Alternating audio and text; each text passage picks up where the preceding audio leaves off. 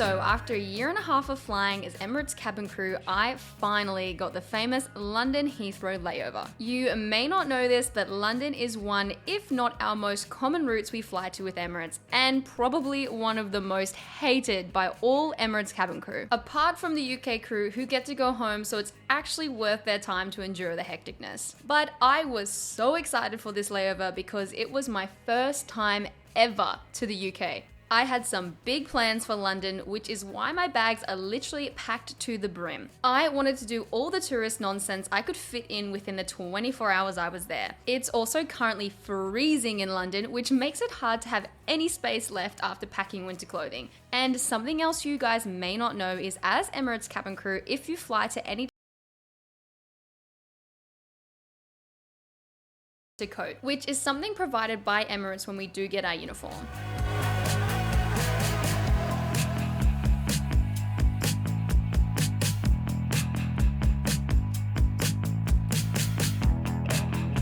This right here is Emirates headquarters, attached right next to DXB Airport, and all of us Emirates cabin crew have to check in for our flights here. And just like passengers, we get our bag tags and drop our bags off before heading to our flights. But we do something a little bit different to passengers. We have briefing rooms here at HQ. This is where we discuss all the details and expectations for the flight, and also get our positions for where we'll be working on the plane. Today, I was given the duty-free position for the trip, which is something we do extra on board Emirates, and is actually something not a lot of crew like to do. But being fully honest here, it's because it's a little bit confusing to understand everything we have to do for the duty-free position. And even though we make a small percentage for commission, crew are so afraid of getting something wrong, like stock counts or messing up a transaction, which could lead to getting deductions off our pay if it's found to be our mistake. But stick around and I'll show you what the duty-free cart looks like, and even some other duties we have on board. Now, because I do get asked so many questions about being Emirates cabin crew, and especially on how to get the job, I actually made a step-by-step guide which has all the requirements and everything I did to get the job with 2 different airlines. I put the link in my description below, feel free to go check it out.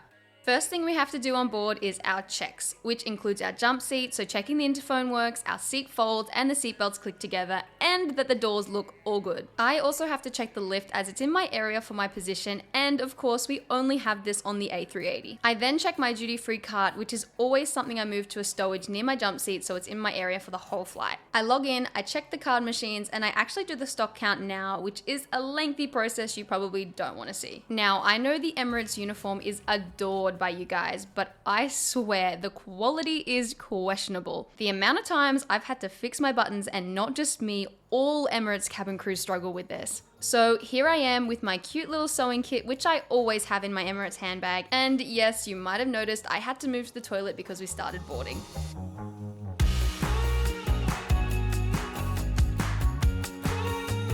Now, this was the coolest experience I've had as an Emirates flight attendant leaving an aircraft outstation, because we were taken directly from the plane to our hotel, which, if you didn't know, isn't the usual setup. Like anyone else, we normally go through the airport and then get a bus after collecting our bags. But I swear, London Heathrow is living in the future. Now, this hotel is sadly one of the more annoying ones we stay at in London, only because it's not directly attached to London Heathrow Airport, but still right near it, which makes things a little hard when you wanted to go into the city, as you have to get a bus to be able to get the train, which I'll show you a little later. But as soon as I was checked in, I always do a video walkthrough of my rooms, just so I'll always remember what they're like, and we do often change hotels. It's pretty standard size, as you can imagine, but one thing I want to talk about is shower baths, which are my least favorite thing. I swear, when I was at my first airline, Virgin, we had so many incidences of crew slipping over in the shower baths on a layover and breaking a bone or injuring themselves. Look, I get the idea behind it. Having both these options in one bathroom sounds really awesome, but let's be real, how many people actually have baths in these kind of shower baths? But maybe you do. Tell me in the comments, please. I'd love to know if maybe I'm just the odd one out, or does everyone else hate them with me? I have also been trying to get into the habit of putting my do not disturb sign on the door straight away, so I don't have anyone knocking or coming into my room on my layover, because for the 24 hours we stay in places, I really don't need housekeeping.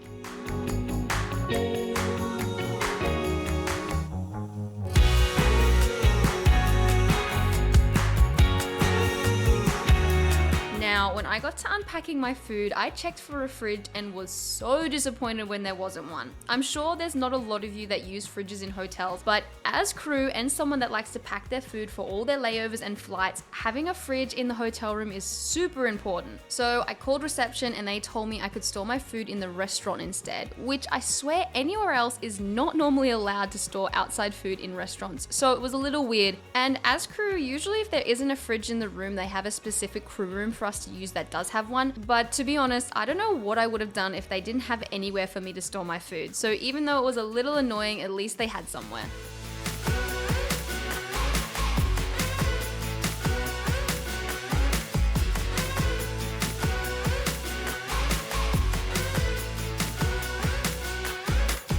Ain't nothing else to do, keep that attitude, red carpet and go.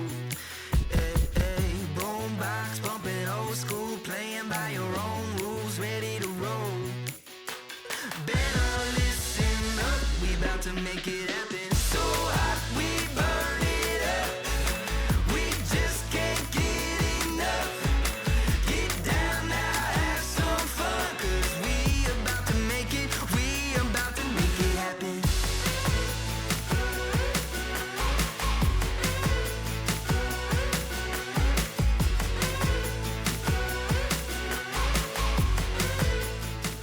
So my layovers can look a little bit different to the regular Emirates cabin crew, as I do plan out a bunch of content ideas for wherever I am. I am in London and I just finished unpacking and doing my thing in my hotel room, also filming a little get ready with me and stuff like that for my Instagram and stuff for YouTube. Also, for those who found me on TikTok when I first started with Emirates, I showed you my little travel organizer. I keep all my currencies for the different places I travel to and my work documents in here. If you guys are interested, I can make a dedicated video going through it all. Just let me know in the comments below. And a little fun fact, it is my first time in London and my first time in the UK, to be honest, except for Dublin, which doesn't count. Anyway, I have managed to avoid the UK like crazy. I don't know how, it's just luck, to be honest. We have so many flights like to London, Gatwick, Manchester, all over UK, and I haven't done one in a year and a half. So it's my first time, and even though it is literally like -1 degrees outside, which I'll show you in a minute, it's so crazy how frosty it is. But I'm going to go into the city, and you bet I'm going to do some really, really touristy stuff. It's also Saturday here, so there's going to be a whole lot of markets on, which I'm going to try and find the best one I can. And yeah, I'm super excited. I'm going to find out what it's like to travel on the tube and just explore London, and it's going to be really, really cool. Now, if you remember, I said this hotel is a little annoying. It's because we have to catch this bus to the airport. And you might be thinking, Amanda, that's not that bad, but the bus isn't free. It costs around £6.80 each way, which is like 13 Aussie dollars. And that's just to get to the airport, where I need to get the Heathrow Express, which costs around £37 for a return ticket, which is around 71 Aussie dollars. So it's already starting to add up, and I knew the UK was expensive, but when we stay so far away from the cities we're flying to, it makes it 10 times more expensive and makes us 10 times more tired. So I'm sure a lot of crew would agree with me, but in reality, being Emirates cabin crew is a constant battle between needing time to rest from the flights and wanting to make the most of the destinations we travel to, all while trying to not spend all the money we're there making. So I had a lot of things to rule off my UK bucket list for my first time in London, and at the top of that list was trying some iconic vegan fast food only found in the UK. Now, Zach is not the biggest fan of fast food, so I knew when we come back to London together, he won't be keen to go, so I was straight to Macca's, which is how us Aussies say McDonald's, to try their vegan burger and some veggie tenders. And if you're not laughing at me yet, you probably are now. It was kind of disappointing, so stick around to see if vegan KFC can bring it home instead. Now, my plan was to walk everywhere today, not only to save some cash where I can, but also to burn off all the food I'm going to be eating. So I decided to start in Hyde Park, and I don't know what I expected, but it was huge and kind of empty. But all the beautiful leaves and animals around definitely made it what it was. From people's dogs to these crazy squirrels, which coming from Australia, I have only seen squirrels a couple times in my life. And they're so damn cute, and they didn't even care I was there. There was also heaps of geese and swans around, and this was where I got my first taste of just how busy London is, and it pretty much just got busier from there.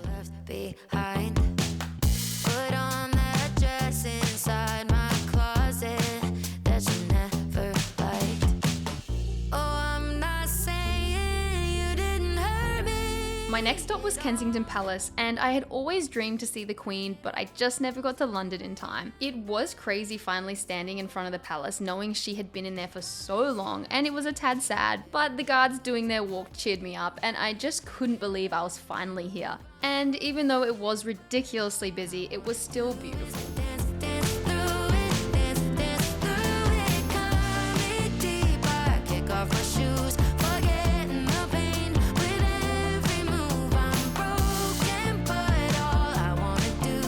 Now, next on the food bucket list was vegan Krispy Kremes. I'm a sucker for the filled ones. I feel like donuts without anything inside them can be super dry. So I got the chocolate custard and the salted caramel, and then I actually walked past a vegan pastry cafe right around the corner, so honestly I was like, why the hell not? So I got some more desserts from there too, and I also wanted a place that I could sit and try my Krispy Kremes.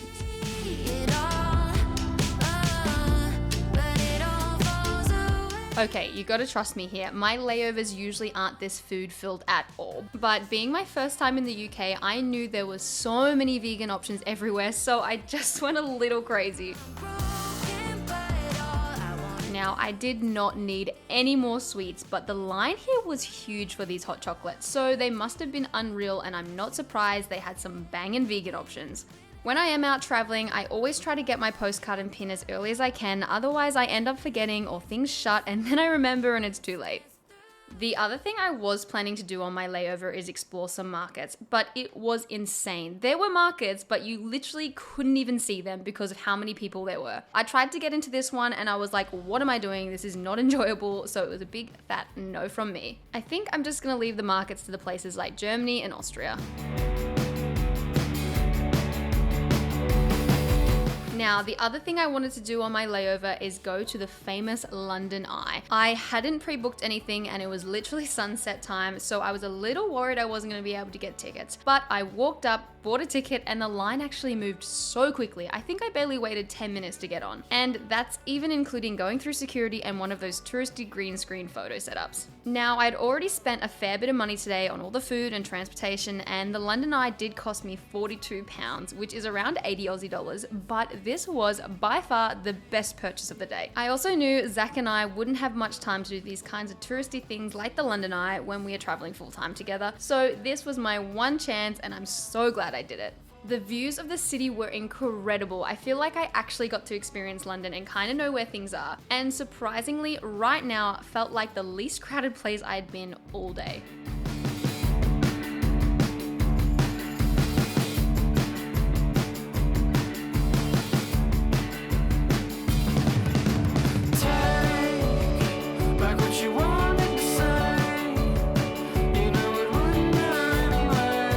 Now, because I was in such a good mood after the London Eye, I was going to give the little market I saw on the way over to the Eye a chance. Plus, I was keen to suss out what vegan food they had.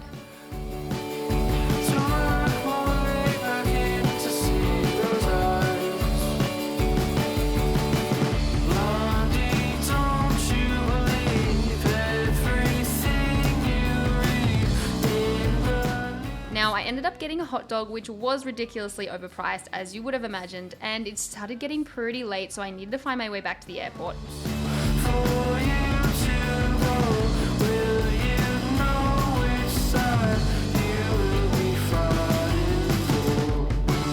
There was one more thing I needed to rule off my vegan food bucket list whilst in London, and you probably think I'm crazy for wanting more food, but I needed to try vegan KFC. So on my way back, I managed to find one and it did not disappoint. I'd love to know how many people watching this have tried some vegan alternatives of fast food, and what do you think? Because the vegan KFC tasted unreal. It definitely bet the vegan McDonald's every day of the week. Now, it was pretty late and I was freezing, a little tired, and feeling like I could go into a food coma, so I literally passed out, and before I knew it, I was getting woken up by the hotel wake-up call the next morning.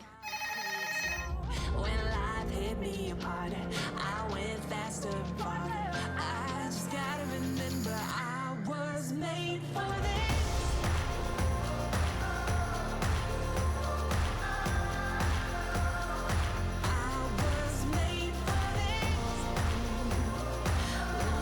Now, I said my final goodbyes to the freezing UK, and we actually got given our bag tags at the hotel, which made me think we weren't going to go through the passenger terminal, so I was keen to see what it was going to be like. As they want to go. And I was right, we had our own setup taking us through on our bus, which I still find crazy. All the airlines seemed to do this as we were waiting and we saw other crew going through before us. There was also a beautiful Qantas A380 parked up, which made me miss home just a little bit. Gotta change perspective if I really wanna see it. Sunrise over the water, I swam over and under. Get lost in all the wonder, never call it quits, no. When life hit me up harder, I went faster and farther. I just gotta remember I was made for this.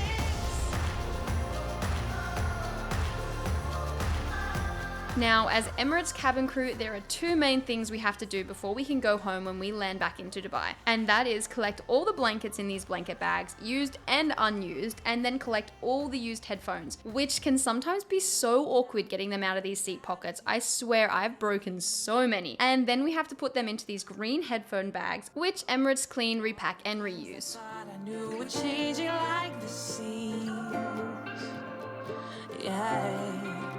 In Dubai, we never go through the terminal, but that is only for Emirates cabin crew at DXB, unlike London, and we have our own bus system that takes us directly back to HQ via underground tunnels, which makes life so easy. I will give it to Emirates, our bags always come out pretty quick, but it is luck of the draw who gets their bag first. I'm also really trying to remember to check the laundry after my flights, as I hate coming into HQ on my days off when I realize I don't have any clean uniform at home. Zach was picking me up tonight because I wasn't coming back at a ridiculous time for once, and can you believe he bought me a rose? He is honestly the sweetest human being, and to top it off, he had started cooking dinner for us too. So I thought it was only fair to return the love and cover him in bright red lipstick.